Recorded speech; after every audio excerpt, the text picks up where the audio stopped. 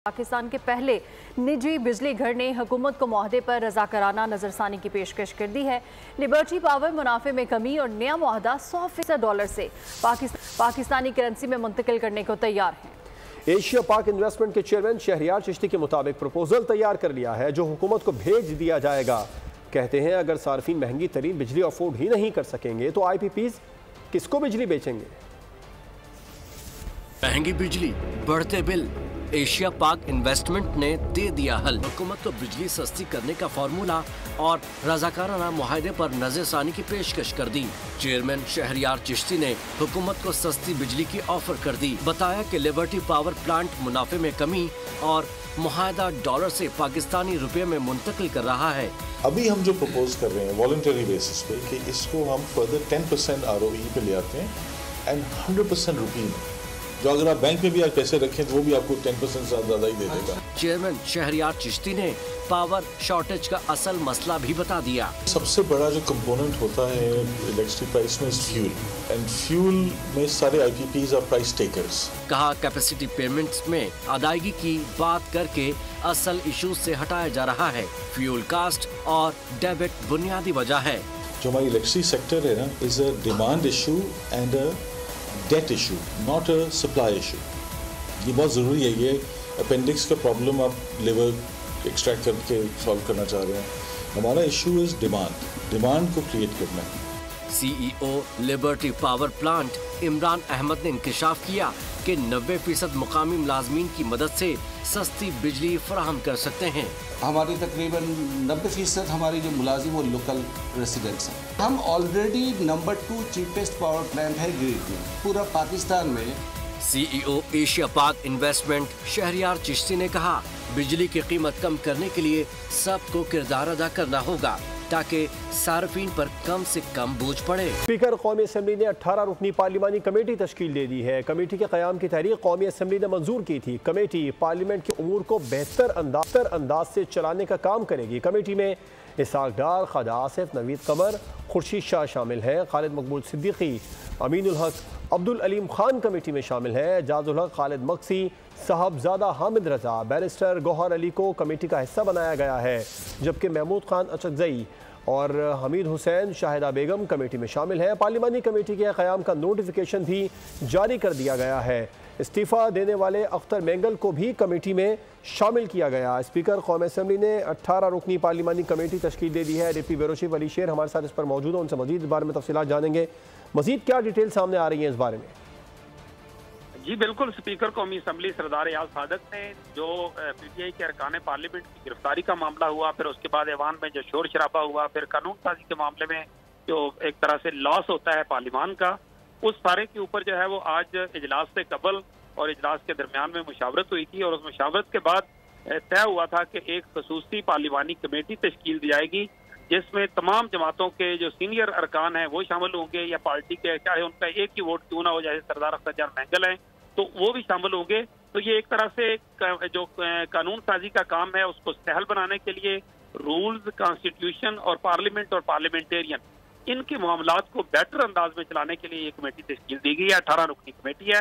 खालिद मकबूल सिद्दीकी, इसहाक डार, ख्वाजा आसिफ, नवीद कमर, सैयद खुर्शीद शाह, खालिद मक्सी, अमीनुल हक, अलीम खान, आजम नजीर तारड़, पुलैन बलोच, चौधरी सालक हुसैन, एजाजुल हक, अख्तर मेंगल और हामिद रजा, गोहर, बैरिस्टर गोहर, महमूद खान अचकजई, हमीद हुसैन, शाहिदा अख्तर अली, ये 18 अरकान इसके मेंबर्स होंगे और इसका जो टारगेट है वो ईवान को अच्छे अंदाज में चलाना और कानून साजी में एक दूसरे के साथ हेल्प करना जो है वो शामिल है। एक दूसरे के साथ हेल्प करना शामिल है। अली शेर, आपका शुक्रिया तफसीलात के लिए। सब्सक्राइब करें और बेल दबाएं ताकि कोई खबर रह न जाए। और आपको बताएं कि वज़ीर-ए-आज़म से बिलावल भुट्टो की क़यादत में पीपल्स पार्टी के वफ़द ने मुलाकात की है। वज़ीर-ए-आज़म शहबाज शरीफ ने कहा कि पीपल्स पार्टी हुकूमत की अहम इत्तेहादी जमात है। पीपल्स पार्टी ने मुल्की मशरक़ के इस्तेहकाम के लिए हुकूमत का साथ दिया। वज़ीर-ए-आज़म ने बिलावल भुट्टो की दी गई तजवीज़ चार्टर ऑफ पार्लियामेंट को सराहा और कहा कि चार्टर ऑफ पार्लियामेंट से जमहूरियत और पार्लियामेंट मज़ीद मजबूत होगी। PP वफ़द ने मुल्की मशरक़ के इस्तेहकाम के लिए मुआशी पॉलिसीज़ की तारीफ़ की।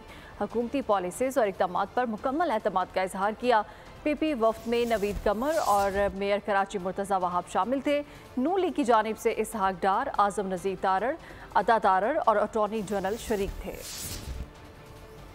मुल्क में इस वक्त बिजली महंगी बनाई जा रही है। कंपनीज का सिस्टम से एतमाद उठ चुका। चेयरमैन एशिया पाक इन्वेस्टमेंट शहरियार चिश्ती का इकदाम काबिल तहसीन है। हुकूमत को भी चाहिए कि ऐसे इकदाम की हिमायत करे।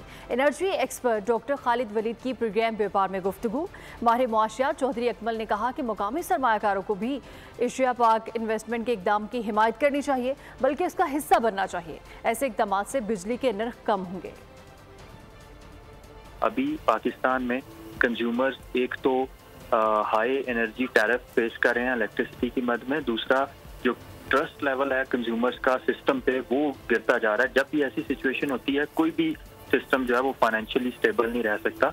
तो हमें जितनी भी एंटिटीज़ हैं, ख्वाह वो गवर्नमेंट एंटिटीज़ हों, वो प्राइवेट एंटिटीज़ हों, उन्हें ट्रस्ट बिल्डिंग मेजर्स की तरफ जाना होगा। तो ये एक मुस्बत कदम है। ये बहुत ही खुशाइंद है कि अगर वॉलंटरी उन्होंने अपनी प्राइसेस को रिड्यूस कर दिया है या अगर कैपेसिटी पेमेंट की मद में जो पेमेंट वो लोग ले रहे थे उसमें कोई कमी की है तो इस स्टेप को अप्रिशिएट करना चाहिए। और हम कहते रहे कि जो हमारे लोकल इन्वेस्टर्स हैं जिन्होंने IPPs में इन्वेस्ट किया हुआ है तो कम से कम उनको चाहिए कि इस जो मुश्किल वक्त में पाकिस्तान का और इंडस्ट्री का साथ दें ताकि जो बिजली के नर्ख जो है वो कम होने में उनका कंट्रीब्यूशन हो सके।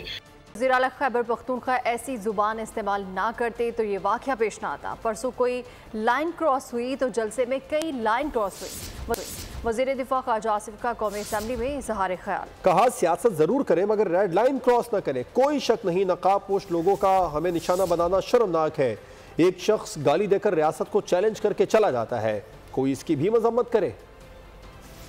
जो तकारीर हुई उस दिन यहाँ जलसे में और जो लैंग्वेज चीफ मिनिस्टर KP ने इस्तेमाल की, अगर वो लैंग्वेज इस्तेमाल ना की होती तो ये वाक़या जो है ना होता। लेकिन जब आप हदूद क्रॉस करते हैं, आप जब फेडरेशन को चैलेंज करते हैं, ये इस किस्म की बातें जो हैं ये खुदकुशी के मुतरादिफ हैं। अगर परसों रात जो है को उसमें कोई लाइनें क्रॉस हुई, कोई लाइन क्रॉस हुई तो उस दिन जलसे के अंदर तो कई लाइनें क्रॉस हो गई। अगर ये वाक़या आइसोलेशन में हुआ होता, उस रिएक्शन में ना हुआ होता तो मैं इसको ज़रूर कंडेम करता। लेकिन हमने ये ज़बान नहीं बोली जो उस दिन ज़बान वहाँ पे बोली गई। हर किस्म का एहतजाज करें लेकिन एहतजाज जो है वो लकीरें कबूल ना करे, वो क्रॉस ना करे जो रेड लाइंस कहलाती हैं इस मुल्क की वहदत की, इस मुल्क के मफाद की, इस आइन की, इस अदारे की। मुल्क में जमहूरियत नहीं रही। तमाम अरकान असम्बली एक SHO की मार है। एक जलसे की वजह से हुकूमत ने पूरा इस्लामाबाद बंद कर दिया।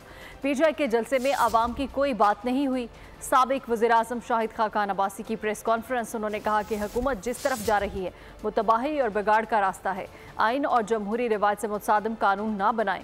हुकूमत सुप्रीम कोर्ट से तसादुम की राह पर चल पड़ी है। आइनी तरमीम में जो बातें हो रही हैं वो खौफनाक है। चीफ जस्टिस तोसी से इनकार करके तारीख में अपना नाम लिखवा सकते हैं। पाकिस्तान के दारुल हुकूमत में जमहूरियत नहीं। एक SHO के मेंबरान और सेनेट के मेंबरान, जलसा इस्लामाबाद से बाहर था, गवर्नमेंट ने सारा इस्लामाबाद बंद कर दिया, इंटरनेट आधी स्पीड पे कर दिया। ये कौन सी जमहूरियत है? यानी हुकूमत खुद मैसूर होकर रह गई। पूरे जलसे के अंदर अवाम की कोई बात नहीं हुई, सिर्फ गाली गलोच, एक दूसरे पर इल्जामात। आइन से मुतसादिम, जमहूरी रवायात से मुतसादिम कानून मत बनाएं। ये इन कवानीन से इतफाक नहीं आए, मजीद मामला बढ़ेगा। आप तबाही के रास्ते पर हैं।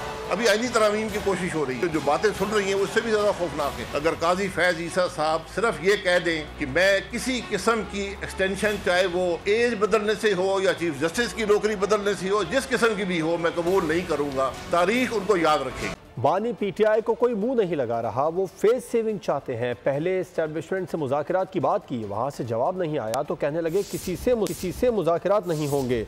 सिंध के सीनियर वजीर शर्जील इनाम मेमन की तनकीद, बोले दुआ गो हूँ कि खैबर पख्तूनख्वा की आवाम की आंखें खुल जाएं। शर्जील मेमन ने मुल्क में तवानाई के बहरान का वाहिद हल थरकोल को करार दे दिया। कहा थरकोल से पाकिस्तान का तवील मुद्दती तवानाई का मसला हल हो जाएगा। तो बानी PTI मेहनत कर रहा है कि मैं एस्टेब्लिशमेंट से जो है मुज़ाकरात करने के लिए तैयार हूँ। जब एस्टेब्लिशमेंट का आदमी, हमारा काम ही नहीं है बात करने का, फिर बोलते हैं आप किसी सूरत में एस्टेब्लिशमेंट से बात नहीं हो। जब आप चॉइस नहीं, तो आप कहीं ना कहीं फेस सेविंग तो करनी है उन्होंने ना। मेरी दुआ है कि उनकी आंखें खुलें और इसको जो है वो खुद देखें कि ये क्या हो रहा है। मैं समझता हूँ कि ये KPK के अवाम ये डिजर्व नहीं करते। फिर भी पाकिस्तान के एनर्जी के एक्सपर्ट्स हैं और फाइनेंशियल एक्सपर्ट्स अब इस नतीजे पे पहुंचे कि अगर पाकिस्तान में कोई सस्ते से सस्ती बिजली बन सकती है तो वो थर्ड पार्टी करके कोयले से बन सकती है, और थर्ड पार्टी का कोयला ही वाहिद रास्ता है जिससे पाकिस्तान को का एनर्जी का सोल्यूशन मिल सकता है। खेल के मैदान से खबर दें आपको, आईसीसी टेस्ट रैंकिंग में पाकिस्तानी खिलाड़ियों की दर्जाबंदी में बेहतरी आई है। बाबर आजम 712 पॉइंट्स के साथ एक दर्जा तरक्की के बाद 11वें नंबर पर आ गए। मोहम्मद रिजवान 720 पॉइंट्स के साथ टॉप 10 बैटर्स में शामिल हो गए, उनकी 9वीं पोजीशन है। जबकि बॉलिंग रैंकिंग में शाहीन आफरीदी ने टॉप 10 में वापसी की और 709 पॉइंट्स के साथ 10वें नंबर पर है। सब्सक्राइब करें और बेल दबाएं ताकि कोई खबर रह न जाए।